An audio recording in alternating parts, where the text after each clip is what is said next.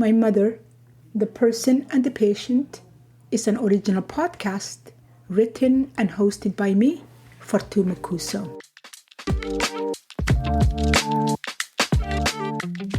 This podcast is about my mother, Timira Abdussamid Mohammed, Ayaya we call her, and that's the Somali word for grandmother, and her great-grandchildren call her Ayaya too, and that is their way of saying great-grandmother. As you know from all my other episodes, I consider Alzheimer's a thief, a disease that steals your loved one piece at a time, gradually taking away things that matter to you the most.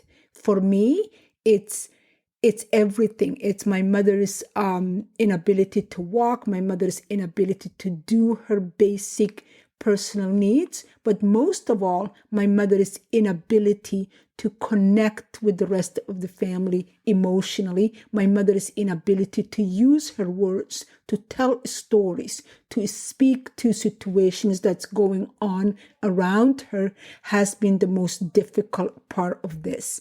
But this last 2 weeks, I saw Alzheimer's as differently than I ever did before, because as you might know, my daughter, Sahra Bulle, the eldest of my 5 children, went missing on May 26th, and her body was discovered on June the 6th, and her husband of 18 years had been arrested and charged with first degree of her murder. And that, as you can imagine, is as devastating a news as any parent or any family could ever get, especially when the charge is against somebody that's supposed to love and protect my daughter. So in that light, in the 2 weeks my daughter was missing, from when we last spoke to her on May 26th to when her body was found, and the week that followed for the funeral and dealing with the police, I realized Alzheimer's became the saving grace for my mother, because like I said, my mother doesn't know what's going on around her. And it's the only protection she had from the blow that devastating news dealt to the rest of the family, because this had devastated all of us, but it would have doubly devastated my mother, because my mother and Sahra were very close. Even though Sahra was 36 years old, anytime she came home, she would straight go to her grandmother and crawl into bed with her grandmother. She will say, "Mom, you know I love you, but I love grandmother more. Does that bother you?" And I say, "No, that doesn't bother me. You can love grandmother more." And that's how she was. So if my mother would have been aware of this, that would have been really, really a difficult thing to deal with, like it is for the rest of us. So I am assigning another title to Alzheimer's today. One, I do it begrudgingly because Alzheimer's had taken so much away from my family and from my mother. But in this instant, in this last 2 weeks, and as we go through this, especially now criminal charge had been laid, as we go through the criminal process and deal with continuous pain that comes with all the things that you would hear whenever you go through a trial that I have never been through, but I'm anticipating as I heard other people or read other people's accounts, how difficult that can be. So as we prepare for that, my mother is spared by Alzheimer's for all the troubles that we are facing as a family. And I can say only this once, and I don't think I will ever repeat it again. Only this once, it's almost a comfort to know that my mother is not suffering as much as I am suffering, because this pain is unbearable.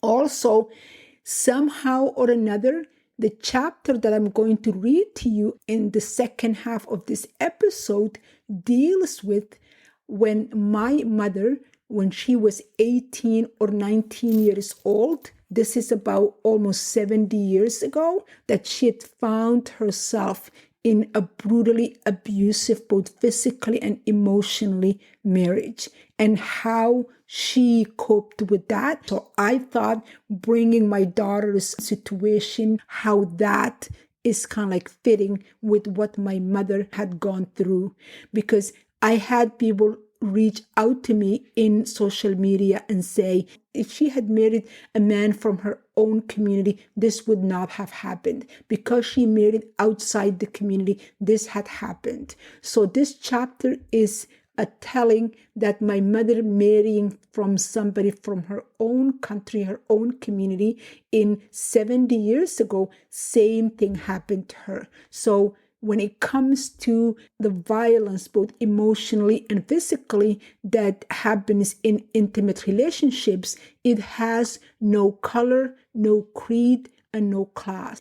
And knowing that helped me see those comments that said if she had married somebody from her own kind, from her own community, to see for what it is, to see it as the ignorance that comes from people that do not understand how domestic violence has really no barriers between cultures, creeds, religions, backgrounds, connections, tribes, none of that. And that has made all the difference. When you listen to how we arrived at my mother's diagnosis and what followed, it's so easy to see her just as the patient, to see her as nothing more than the disease that reduced her to shell of her old self. But I want to also to tell you about my mother, the person, the fierce woman that told her stories unapologetically, celebrating the beautiful parts and harsh realities equally. I want to share with you the stories she told us about her life as a girl growing up in a small village, the tales that marked her adulthood. I want to share with you all her losses and the ultimate winnings. The following chapter is one of those stories, reconstructed from my childhood memory. One night, 8 months into their marriage, Timira woke up to Hassan beating her. She gasped for air. The second bunch pushed her out of bed, and she fled toward her mother-in-law's house. "He's after me," Timira yelled through clenched teeth. "Shh!" Hassan's mother held her tight. "Why is he so angry?" Timira asked. "I've done nothing wrong." "Shh!" her mother-in-law repeated. Her head on her mother-in-law's chest, Timira felt the woman's heartbeat faster than hers. She suspected her mother-in-law might have feared her son more than Timira did. "Why?" Timira stepped away from Hassan's mother. Perhaps eye contact would give her an insight into what made this mother fear her eldest son. Her mother-in-law pulled her back into her embrace before she spoke. "It has nothing to do with you, but he is your husband." None of what Hassan's mother said made sense to Timira. If it had nothing to do with her, why was she suffering his blows, an outlet for his rage? Why? Hassan's mother's eyes leapt over Timira toward her son standing in front of their room, where Timira took refuge, glaring at them. He took 2 steps toward them and stopped. At that moment, Hassan's mother stepped away from Timira. Her eyes never left her son's face as she moved far away, that she stood beside her husband. Hassan pulled Timira toward him, and Timira pulled away from him. He must have not expected resistance, because he stared at his empty hand for a long minute, as if he couldn't believe she would pull away so easily. Timiro watched for his expression when he finally looked up, but he appeared so calm it frightened her. She turned back and locked gaze with his parents, hoping they would come to her rescue. They did nothing. No words nor action came from them, and that scared her even more. So she followed him when he extended his hand to take her with him.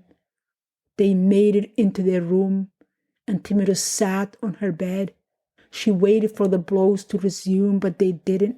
Hassan got on his side of the bed, pulled the sheets over him, and went to sleep. She was still sitting there when his loud snores assured her beating was over for now.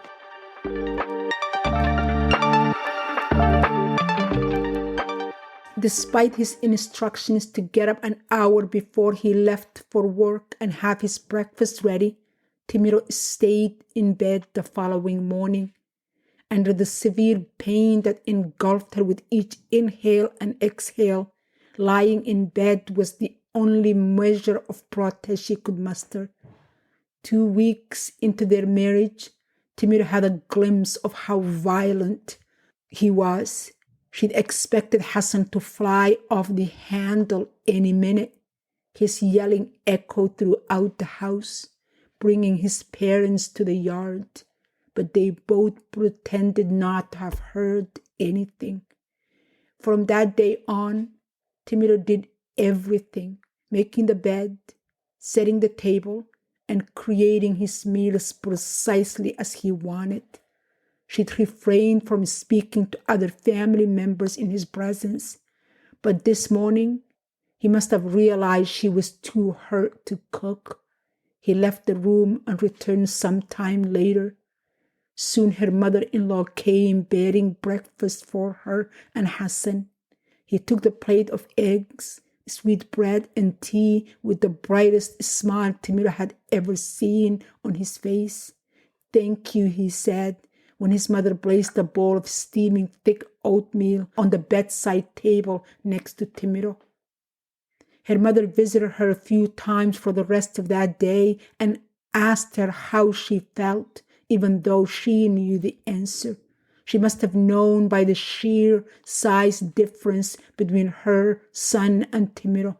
"I'm fine," Timiro lied, even though with each breath came a reminder of how she'd been battered. The pain of the attack accompanied with every move her body made. Even swallowing her saliva hurt. "I'm sorry," her mother-in-law said. Timiro looked at this woman standing over her bed, apologizing for her son, and many questions came to mind. What curse was upon them to raise such an awful man? Where did they go wrong? But she didn't ask any of them, for even then she sensed no point in asking, because this woman was as much at a loss as Timiro was. "Could I help you with something?" Timiro wanted to ask if she could stay in bed and conserve her energy, but after a while, boredom and fear of what he might do if he found her still in bed pushed her out of the room. That evening, as they sat for their meal, Hassan gave her a silk scarf he'd brought for her that day. "I saw this and thought about you," he said. As he waited for her to wrap it around her head and smile at him, "It looks beautiful on you." The words sounded foreign on his lips, as if he'd borrowed them from another person's book. "Thank you." Timiro forced a smile to appease him. For the meal, and throughout the evening, when they joined his parents in the courtyard, Hassan spoke to Timiro in kind phrases. He'd even thanked her for the delicious meal, something he'd never done before. It was apparent to Timiro that he was pretending as if nothing had happened, and she was only too happy to go along with him.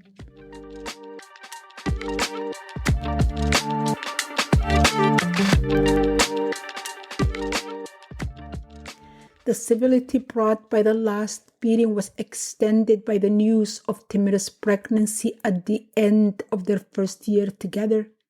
The knowledge of his impending fatherhood led Hassan to make a wholesale change. He became the kindest man she'd ever seen.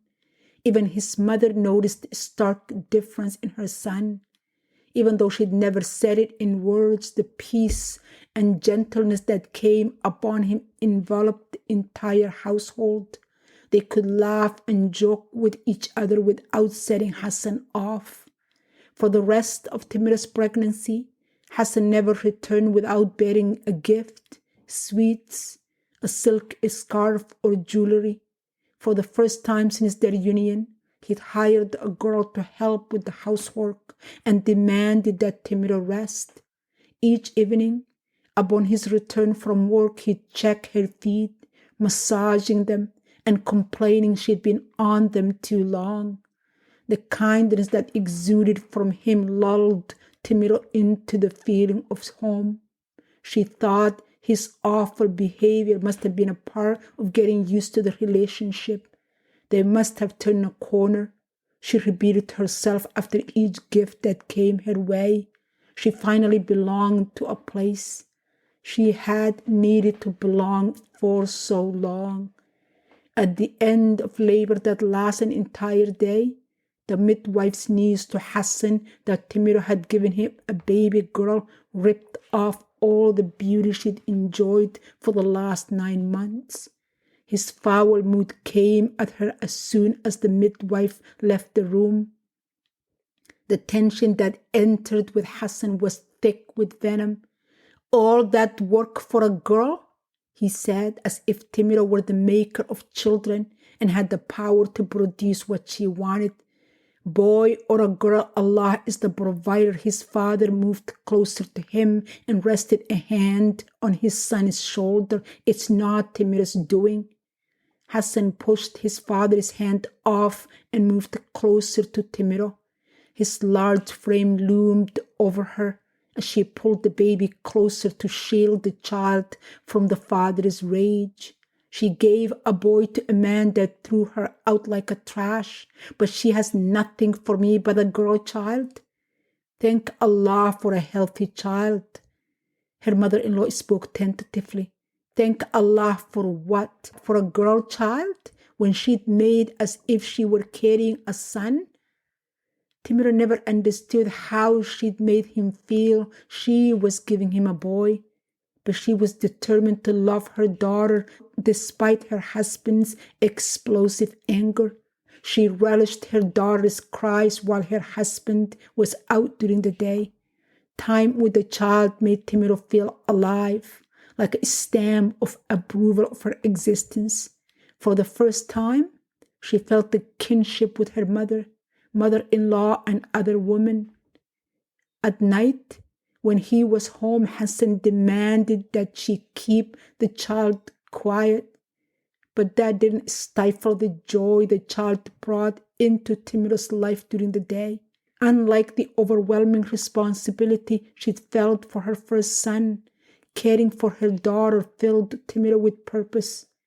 Not only Timira, but her daughter's presence helped her connect with her mother-in-law when her husband wasn't there. Any sound the baby had made, crying, cooing, giggling, reduced Timira and her mother-in-law into bouts of laughter that only stopped a few minutes before Hassan was due home from work. 2 years later, when Timira found out she was pregnant for the second time, Hassan gave a tepid response to the news. He didn't hire a girl to help with housework this time. He gave no instructions that she rest, no gift to mark the passing weeks of her pregnancy, or the gentle caresses he'd showered her with every night during her first pregnancy. But all that changed when Hassan received news that she'd given him a son. He exploded with pride, slaughtered the cow and 2 goats, and invited half the city. He brought Timira a gold necklace, a pair of earrings, and a ring. He took time off work and sat by the baby for days, watching him closely, a perpetual smile on his face. The peace that came with her son's birth continued while Timiro nursed the baby. For those 2 years, Timiro's missteps didn't seem to bother Hassan. Perhaps her husband was a changed man because he had all he wanted. He was a father to 2 children. Perhaps he realized the error of his ways. Life was beautiful.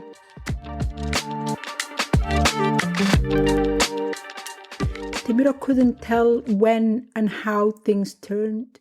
There was no warning, not a single sign that things were about to change for the worst. Like the wind after a heavy rain, the change was as sudden as it was disturbing. It began after she'd weaned her son off only a few days before his 2nd birthday. Timiro didn't realize until later, but her son attached to her breast was a blanket of protection for her. That meant the end of child's latching made her and her son 2 separate entities. That meant Hassan could be ugly to her without impacting his son. So the blows rained like the spring showers that watered the land. Why is he treating me like this? Timiro asked Hassan's parents and sister the same question each time it happened, but they had no satisfying answers. Her father-in-law gave the same answer his wife did, not in chapter and verse, but the points were the same. He told her it wasn't her fault that Hassan unexpectedly flew off the handle. At home for the school holidays, her sister-in-law only rolled her eyes, groaned, and left Timiro standing there. After that, Hassan's family members would leave the room anytime she opened her mouth, and they suspected she would say something about her husband. When Timiro tried her brother-in-law in one of his visits to the house, "We are as much at a loss as you," was all Hassan's brother would say. His wife nodded in agreement. "We have no idea what sets him off either," her brother-in-law said. "The best thing to do is to avoid him." "What do you mean?" All Timiro wanted was to gain support in a way to appease her husband. She needed to help quell the anger that exploded in an unpredictable intervals. What confused her the most was the way he changed back and forth, kind and agreeable for days, weeks, or months at a time. He'd bring her gifts, hugging her and kissing her gently, and whispering loving phrases in her ears until she fell into a false peace, only to explode in her face with the slightest of infractions. The blows that followed left her feeling physically and emotionally exhausted. She sat with her sister-in-law the morning that followed one of his violent attacks. "I have to leave him," Timiro said. She'd expected the woman to defend her brother, but she'd offered nothing for a long time. When she spoke, her words were sharp. "This decision is only yours to make," she said. "That doesn't help." Timiro spoke too loud. "It would be hard, but I would leave him right now if I were you," she said, as if she'd read Timiro's mind about the what-ifs. "Before it's too late." "Too late? Why would it be too late?" Timiro turned to Hassan's sister sitting next to her. A cold feeling entered her body from the bottom of her soles and traveled up. She pulled her shawl and wrapped it around her. "He'll apologize," she reasoned with her sister-in-law. "It'll never happen again. He was sorry this morning." "Once too many," her sister-in-law spoke with force. "If it happened once, it would happen again," she said, with so much certainty that Timiro grew angry at her. "How do you know?" Timiro waited for a long time for her to say something. She wanted her to give a reason for her certainty. "The same way you do." Her sister-in-law got up and left her there.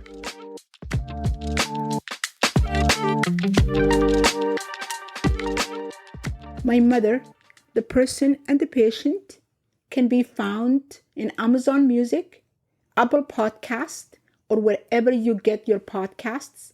Please remember to follow, like, and share, and join me next week as I share with you another episode of my mother's journey as both the person and the patient. Thank you.